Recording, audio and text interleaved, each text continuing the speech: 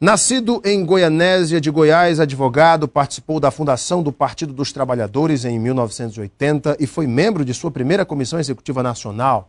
Em Goiás, o deputado federal Rubens Ottoni presidiu o PT em 4 ocasiões. Exerceu 2 mandatos de deputado estadual e na Câmara Federal chegou ao seu 3º mandato com a votação histórica. Sozinho o homem fez o quociente eleitoral. 171.382 votos nos 245 municípios do estado de Goiás. O deputado federal Rubens Ottoni está no Acre a convite dos deputados federais Cibá Machado e Taumaturgo Lima, ambos do PT, para um debate muito importante sobre a reforma política. Já realizou hoje no auditório do Sebrae e também na Universidade Federal do Acre. Deputado Rubens Ottoni, muito boa noite. Tudo bem? Boa noite, Alain. Satisfação poder participar com você aqui desse espaço privilegiado de comunicação. Deputado, em primeiro lugar, parabéns pela sua votação histórica. O senhor sozinho fez o quociente eleitoral no estado do Goiás. É uma prova de que não só de tiriricas vive o nosso Congresso Nacional, né? Nós temos nos esforçado no exercício do nosso mandato, Alain, de mostrar que a política pode ser feita de maneira séria, de maneira honesta, de maneira competente, que a política pode ser feita baseada na ética, no compromisso social, na participação popular, na defesa dos direitos da cidadania. Basta querer. E nós temos esforçado para que o nosso mandato possa ser um testemunho vivo, não apenas no discurso, mas na prática, de mostrar que essas coisas podem acontecer. O senhor já esteve em 23 estados da federação, apresentando o mesmo debate. Como é que tem sido a repercussão nos estados sobre a reforma política? Temas polêmicos como voto em lista fechada, voto distrital, essa questão das cotas, financiamento público de campanha. Como é que tem sido a repercussão? Eu realmente tenho participado desse debate da reforma política. Eu faço parte da Comissão Especial da Reforma Política na Câmara dos Deputados.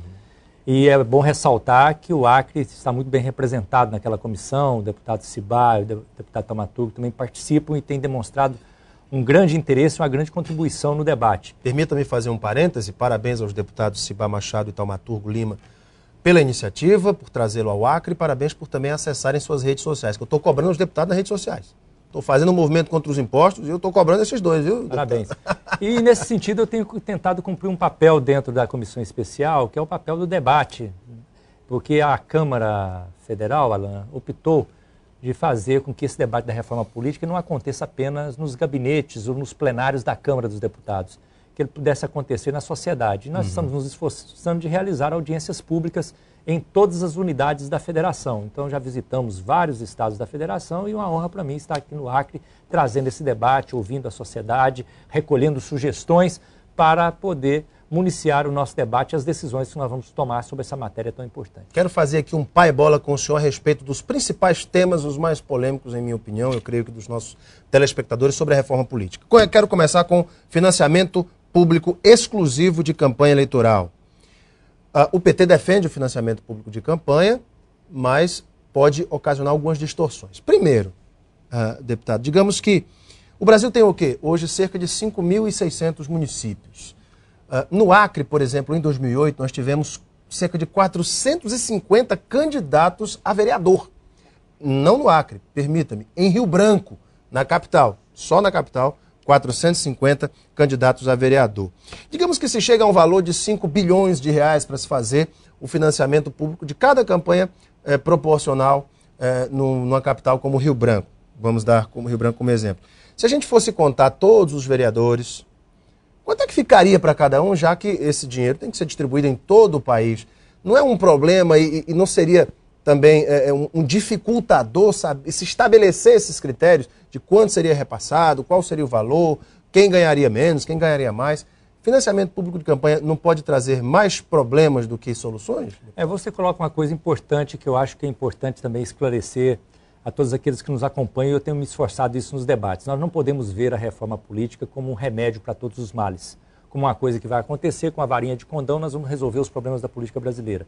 Isso quer dizer o quê? Tudo aquilo que é feito por gente tem falha, tem limitação, então nós estamos sujeitos a falhas.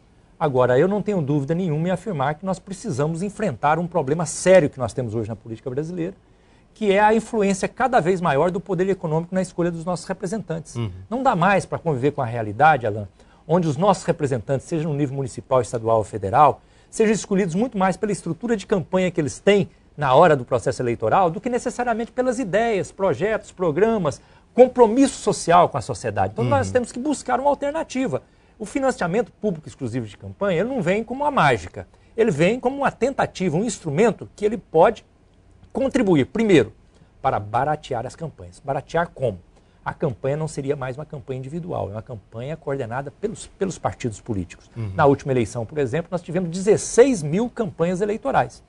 Claro, se fosse distribuir dinheiro para 16 mil campanhas eleitorais, não há dinheiro que aguente. Agora, se você faz a campanha partidária, aí você tem 28 partidos, se todos os partidos participarem do processo eleitoral. Mas ele não cria um problema, um dificultador também? O partido vai privilegiar seus caciques, seus candidatos com maior poder de vitória, e muitas vezes são aqueles que muitas vezes têm um poder aquisitivo maior. Esse é outro desafio. Nós temos o desafio do financiamento público exclusivo de campanha, que me parece que hoje ele já avançou muito, não apenas no Congresso, mas na sociedade brasileira. Há um entendimento que nós temos que diminuir o custo das campanhas e nivelar ao máximo possível aqueles que disputam. Não vou nem dizer que seja igual, mas que pelo menos não haja um distanciamento muito grande entre aqueles que disputam, porque hoje existe uma distorção tremenda que inclusive influencia na motivação das pessoas. Muitas pessoas sérias, honestas, pessoas de bem, que têm contribuição a dar para a sociedade, se sentem desmotivadas e se forem convidadas, elas falam assim, eu não tenho dinheiro? Como? Aonde que eu vou arrumar dinheiro para participar disso? É verdade. Então nós temos que arrumar uma forma. Não é fácil, mas nós temos que trabalhar para isso. Agora chega ao ponto do que você disse, que é outra discussão, que é do sistema de votação.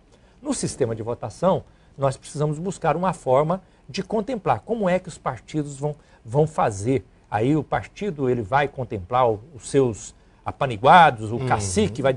Aí eu costumo falar, porque esse é o debate da lista pré-ordenada. O pessoal fala assim, mas eu voto na lista, ele é perigoso, porque ele Você é o voto... privilegia aqueles que realmente será que o dono, será que o nome do... O pessoal me fala assim, será que o dono do partido... Ele corre o risco de chegar lá, colocar o nome dele, da mulher dele, do filho dele, do sobrinho, do não sei o quê. Como evitar isso? Pois é. Não, eu acho até que seria bom se ele colocasse isso, porque não quer dizer que se ele colocasse na lista desse jeito vai ser eleito. Ele tem que arrumar voto para essa lista. O eleitor não é bobo. Se a lista vem desse jeito, será que o eleitor vai votar nessa lista ou numa lista que seja representativa de todos os segmentos da sociedade? Mas o voto em lista, ele tem outro problema, me perdoe. O eleitor deixa de votar no seu candidato, ele vota numa lista fechada, numa lista do partido.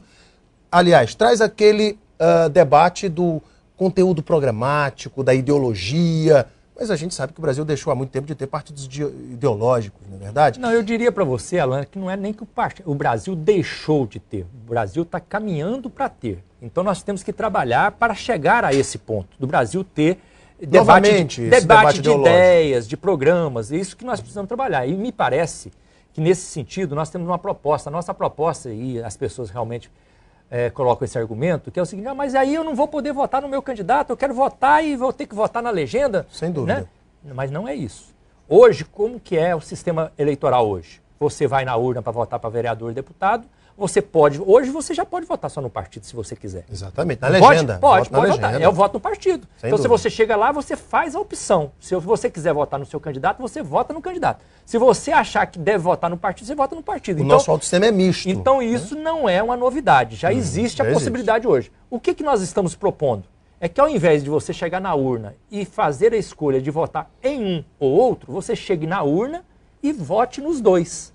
Você vote no seu candidato, não deixa de votar no seu candidato, você vota no seu candidato, mas ao mesmo tempo vota no seu partido. Uma vez só? Uma vez só. Perfeito. Então vota em um e vota no outro. Então com isso você teria, os representantes seriam tirados desse voto dado no representante e também no partido. Me parece que isso é democrático e avançaria e criaria as condições para o crescimento de uma cultura de voto mais pedagógico, um voto de proposta, de ideia, de programa. Ainda falando do financiamento público de campanha, a gente sabe que os grandes, talvez, gargalos das eleições no Brasil hoje, deputados, sejam justamente as maneiras, muitas vezes, extremamente criativas de se burlar a lei eleitoral, a 9.504. E é interessante como alguns políticos, os maus políticos, conseguem realizar o seu famigerado Caixa 2, com a ajuda de quem no futuro ele vai ajudar quando estiver exercendo o mandato. Eu até anotei uma frase sua que eu achei muito interessante. O senhor disse o seguinte: a população já entendeu que o financiamento de campanha privado já prevê o retorno do dinheiro gasto durante as campanhas eleitorais em forma de desvios de verba pública. Não seria melhor criar-se instrumentos para se acabar com o Caixa 2, como, por exemplo, empreiteiras e bancos estão proibidos de contribuir. Faz como nos Estados Unidos, o cidadão tem que contribuir, cidadão, pessoa física, e quem tem grandes fortunas também é fiscalizado. Não acho que seria um método mais adequado? Nós estamos aceitando sugestões, Alan, para buscar. O que nós queremos é buscar uma forma de fazer com que o poder econômico não tenha tanta influência na eleição dos nossos representantes e que a eleição realmente seja verdadeiramente democrática, porque a Constituição diz que os nossos representantes devem ser escolhidos de maneira livre e soberana pelo eleitor. Só que o que a gente vê é que a escolha é muito mais baseada na estrutura de campanha, no número de cabo eleitoral, no carro de som, de estrutura disso ou daquilo, do que necessariamente pelas ideias que as pessoas têm. Então nós temos que buscar. Eu costumo ser abordado nos debates, nas unidades da federação por onde eu tenho ido, muitas vezes as pessoas chegam em mim e dizem o seguinte: deputado, quem é que garante que não vai haver burla, não vai haver caixa 2? Como você me perguntou, eu respondo o seguinte: nem eu e nem ninguém garante. É impossível. Por quê? Porque essa é a índole do ser humano. Eu costumo dizer o seguinte, Alan, houve uma época que os nossos avós, eles dormiam com a casa com a porta aberta. Não acontecia nada. Rio Branco até um tempo atrás era assim. Não é assim? Aí passou um pouco que teve que fechar a porta, teve que colocar uma fechadura, Agora teve que colocar um cadeado, grade. Agora coloca cerca elétrica, e alarme e o pessoal entra e rouba ainda. Verdade. Então, todo tanto que você fizer, sempre vai haver um risco. Agora, o que nos cabe? Nos cabe a responsabilidade de dificultar o trabalho daquele que vem com o mal. No processo eleitoral, a mesma coisa. Cabe a nós, não há garantia. Agora, nós vamos criar uma legislação, e estamos trabalhando para isso, que dificulte a influência do poder econômico, a existência do Caixa 2, e as sugestões elas vão sendo apresentadas. É por isso que nós estamos andando no Brasil, recolhendo sugestões para que nós possamos ter, no final, uma decisão sobre isso. Deputado, anote minha sugestão: acabar com o financiamento, com as doações de empreiteiras, bancos e grandes empresas. Nessa nós já estamos de acordo. Tem que acabar isso daí, porque lá na frente... Só que nós estamos querendo mais do que isso até. Mas ótimo. Até aí nós já estamos de acordo. Excelente, fantástico isso daí. Agora, eu quero falar de outro tema, que é a questão das cotas. Hoje, na lei eleitoral, 9.504, já diz que o partido tem que preencher pelo menos com 30% as vagas para seus candidatos com pessoas do sexo oposto. Ou seja, se tem 70% de homens, tem que ter pelo menos 30% de mulheres. O deputado Jair Bolsonaro, o polêmico deputado Bolsonaro, é o seguinte: eu jamais entraria num avião que eu soubesse que o piloto entrou pelo meio das cotas. Foi escolhido por cotas e não pela sua competência. Esse negócio de cota, tá certo que as mulheres têm que ter sua participação, as minorias têm que ser privilegiadas. Mas não extrapola um pouco a questão da pessoa ter realmente o dom, o chamado político? Não, a referência da defesa que você faz, ela é um tema importante. Só acho que o exemplo de quem defendeu não te ajuda no argumento. Mas eu acho que justifica o debate. E agora nós temos que buscar uma solução para um problema que eu acho mais grave ainda que nós temos no Brasil, que é a subrepresentação de setores importantes da sociedade. Porque democracia é o que, Alan? É fazer com que a sociedade ela seja representada nos lugares de decisão. Então nós temos que ter no Congresso Nacional uma representação a mais próxima possível da realidade do país. Hoje, as mulheres são mais de 50% da população brasileira. Temos uma mulher, né, presidente. As mulheres são mais de 50% do eleitorado brasileiro. E tem apenas 8% da representação no Congresso Nacional. Talvez porque a mulher não está tão encantada com a política como o homem. O homem sempre o homem sempre almeja o poder. Mas nós podemos criar mecanismos que atraem as mulheres. Exatamente, que incentivem, não apenas as mulheres, mas incentivem a sociedade a participar da política. É isso que nós precisamos. Nós precisamos motivar as pessoas de bem a participarem da política. Eu costumo dizer o seguinte: hoje as pessoas de bem elas estão retraídas, não se sentem motivadas. E se as pessoas de bem não participam da política, quem é que vai participar? As pessoas que têm interesse, às vezes, pessoal e desvirtuado. Então, no caso das mulheres, nós precisamos incentivar essa participação e a cota ela é uma coisa excepcional, seja na questão da mulher ou outras questões, a cota ela vem para ter um incentivo extra da realidade. Mas o ideal é que, num determinado momento, o ideal é que não haja nenhum sistema de cota. Essa necessidade. Claro. Seria mais influenciar, sugerir e realmente incentivar. Deputado, outro tema que é muito importante, o voto distrital, que não é uma prática que o Brasil conheça, na sua essência democrática, mas, assim, gera, assim, algumas dúvidas. Por exemplo, Qual seria o tamanho dos distritos? Como é que nós estabeleceríamos os distritos? Em primeiro lugar, antes de eu me responder isso, o senhor é a favor do voto distrital? O voto distrital, ele é um voto por onde eu tenho andado, às vezes até aparece com uma certa simpatia, porque dá a impressão que com o voto distrital, aquele que foi eleito vai ter mais compromisso com o eleitor, porque vai estar mais próximo. Há mais representatividade. Vai estar mais perto do eleitor, exato, vai ser mais cobrado. Mas tem muito problema. No debate nós temos visto muito problema. Um deles é esse que você levantou. A questão da formação dos distritos, na própria formação dos distritos já pode começar a haver alguma forma, eu vou pôr meu distrito passando por ali, porque aí vai facilitar a eleição de um. Então aqueles que já estão, de uma certa forma, empenhados no poder, pode ter esse desvirtuamento. Mas não é nem esse o maior problema que eu vejo. É que o voto distrital, Alan, ele vai acabar com aquilo que eu acho que tem de melhor no sistema atual. O sistema atual ele tem muito defeito. É por isso mesmo que nós queremos reformulá-lo. Mas ele não é só defeito, ele tem méritos também, tem virtudes. E uma das virtudes que eu vejo que o sistema atual tem é que ele é proporcional. O que é um sistema proporcional?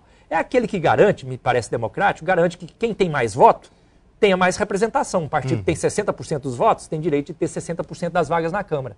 Mas, ao mesmo tempo, aquele partido que perdeu a eleição só teve 10%, mas mesmo tendo tido só 10%, ele tem o direito de ser representado com 10%. Isso me parece democrático. É a proporcionalidade. O voto distrital acaba com isso. Porque o voto distrital é o quê? Teria o Acre, 8 deputados. Você divide o estado do Acre em 8 distritos. Aí cada distrito elege um. Em tese, um partido poderia ter 51% dos votos em todos os distritos e levar todas as vagas. Um partido ter 49% de votos em todos os distritos, não levar nenhuma vaga. Isso é justo, é democrático? Não me parece Mas ser. é um cenário bastante difícil de acontecer, mas é provável. Não, mas eu falo esse cenário dessa maneira, até de maneira exagerada, para as pessoas entenderem o raciocínio.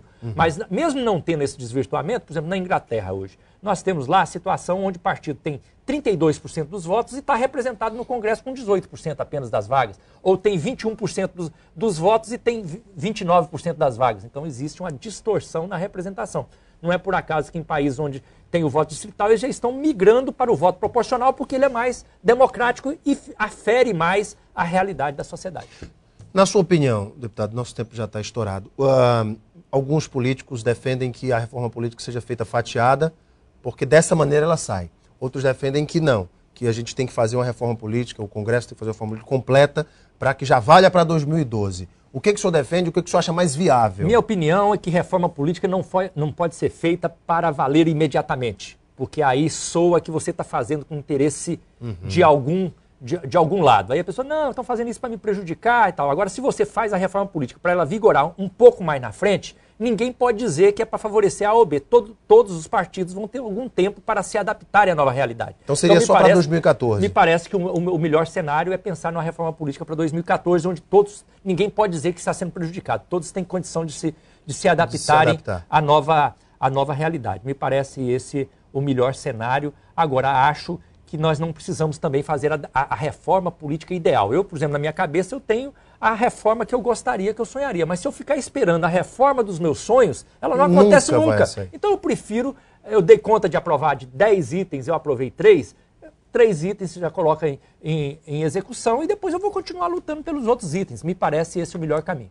Conversei aqui com o deputado federal Rubens Ottoni, do PT de Goiás. Ele veio ao Acre a convite dos deputados Ciba Machado e Thaumaturgo Lima para o debate sobre a reforma política. Deputado, muito obrigado pela sua vinda. Foi um prazer. Uma satisfação muito grande, Alan, participar com você. Parabéns pelo seu trabalho. Parabéns pelo seu trabalho também, deputado. Daqui a pouco nós voltamos para a sequência do nosso Gazeta Entrevista. Fique conosco. Até já.